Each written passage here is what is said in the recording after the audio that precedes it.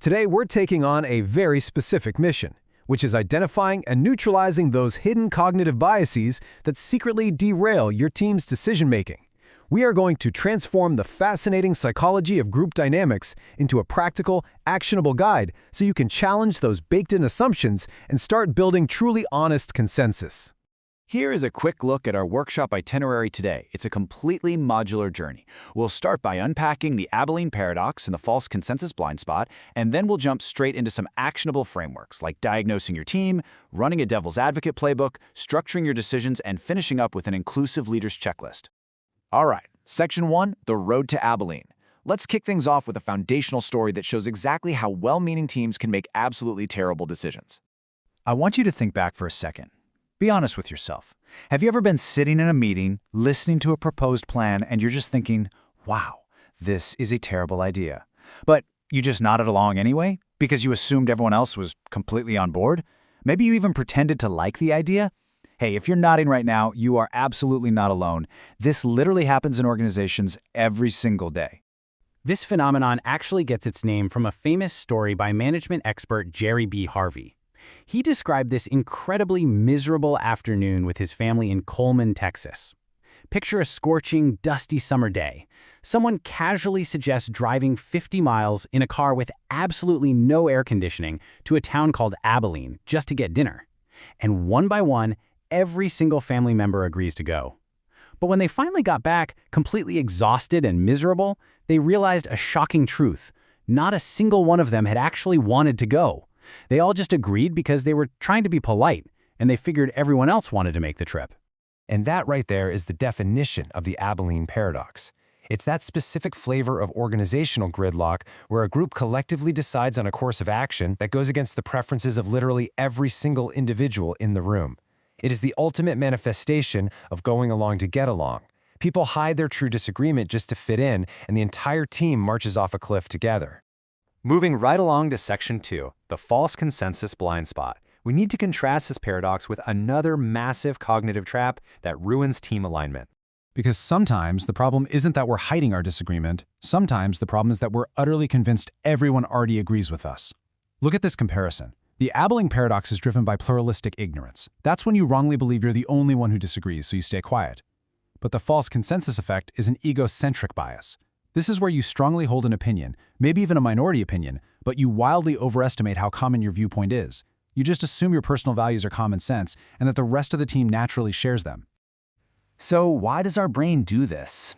Well, researchers point heavily to the availability heuristic. When our brains try to estimate how much the team agrees with us, we look for the most readily available data.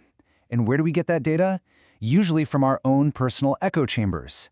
We surround ourselves with people who think exactly like we do.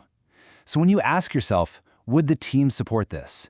Your brain quickly pulls up examples of your immediate circle nodding in agreement, which leads to a wildly inaccurate estimate of the whole group. Check out these numbers from academic studies on the false consensus effect, because they show just how distorted our perceptions can get. Subjects who support a specific policy might confidently estimate that 30% of the public agrees with them. But subjects who oppose that exact same policy, they guess that only 10% do. We naturally project our own beliefs onto the group. In a team setting, this is incredibly dangerous because a project leader might charge ahead blindly assuming they have a mandate that simply doesn't exist. Okay, Section 3, diagnosing your team's biases. Now that we understand the underlying psychology, let's look at an actionable diagnostic exercise you can use to uncover these hidden consensus gaps. You can actually run this 15-minute diagnostic exercise in your very next meeting. It's adapted from a classic 1977 Stanford experiment. First, ask your team a slightly uncomfortable question. Would you walk around the office for 30 minutes wearing a giant sandwich board that says repent? Second, before anyone answers publicly, have them privately write down their personal choice. And more importantly, have them estimate what percentage of the team will make that same choice. Finally, reveal the actual splits in the room. The people who say yes will almost overestimate how many others said yes. The no's will overestimate the no's. We can reflect on this through moral foundations theory. Our deeply held values feel so intuitively correct to us that we blindly assume they act as a universal baseline for everybody else. This quick exercise is a great, harmless way to shatter that illusion. That brings us to Section 4, the devil's advocate playbook. Once those biases are out in the open, we can start setting up systems to foster genuinely inclusive and diverse dialogue. You've got to intentionally break the echo chamber. Here are some critical principles you can print out and incorporate into your meetings. Number 1, officially assign a rotating devil's advocate for any major decisions. When it is someone's literal job to poke holes in a plan, it completely removes the fear of being seen as the negative person in the room. Next, actively invite the quiet voices to share alternative views. Don't let the loudest people dominate. Third, praise constructive friction. Make it super clear that challenging the consensus is rewarded here. And lastly, never ever punish a seemingly dumb question. The second a leader makes someone feel stupid for asking a clarifying question, the entire team learns to stay silent, and you are right back on the road to Abilene. Let's look at a specific guided practice session you can run. This is a fantastic role-playing exercise where team members critique their own hidden biases. Present a proposal to the team that seems really popular. Then ask them to argue passionately against their own initial preferences. If they love the idea, their job is to articulate the best possible reason to kill it. Record all of these diverse viewpoints on a shared worksheet.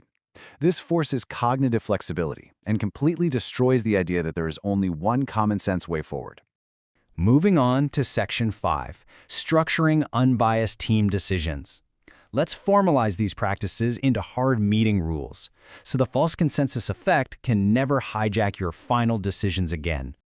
To build real guardrails, you need mandatory meeting rules. Rule 1, you literally cannot make a final decision until a written pros and cons list is generated. Rule 2, you cannot finalize a plan unless at least 2 distinct alternatives have been seriously debated by the group. And Rule 3, which might be the most important, the leader's job is not to provide the answer. The leader's job is to facilitate the team in finding the answers. Implementing these strict templates forces the team to slow down. It stops a dangerous rush toward a falsely agreed-upon solution. If you're wondering how to put all of this together, here is a modular 60-minute workshop agenda you can literally steal and use right now. Spend the first 15 minutes on that repent sandwich board diagnostic to prove the bias actually exists. Spend the next 25 minutes doing the devil's advocate roleplay, making people argue against themselves. And then spend the last 20 minutes applying that 2 alternatives rule to a real, live project your team is working on. It takes all this theory and instantly applies it to your actual workflow. Finally, Section 6, the Inclusive Leaders Checklist. To wrap up this explainer, let's review how you can track your team's progress toward unbiased group decisions over time. Think of this checklist as your final safety mechanism as a facilitator. Before you wrap up a major strategy session, ask yourself, am I truly comfortable not having all the answers? Did everyone speak equally today, or did just 2 people dominate the room? Did we actively challenge our availability heuristic by looking at outside data? And finally, you have to be brutally honest with yourself. Are we all just trying to be polite right now? If the room is just a little too agreeable, warning bells should absolutely be ringing in your head. We have covered a lot of ground today, from the dusty roads of Texas to the hidden cognitive traps of the human brain. So I want to leave you with this final provocative thought to take back to your teams. When you gather around that conference table tomorrow, will you be building a genuine, battle-tested consensus, or are you just packing the car for another miserable road trip to Abilene? The choice and the structure you use to get there is entirely up to you.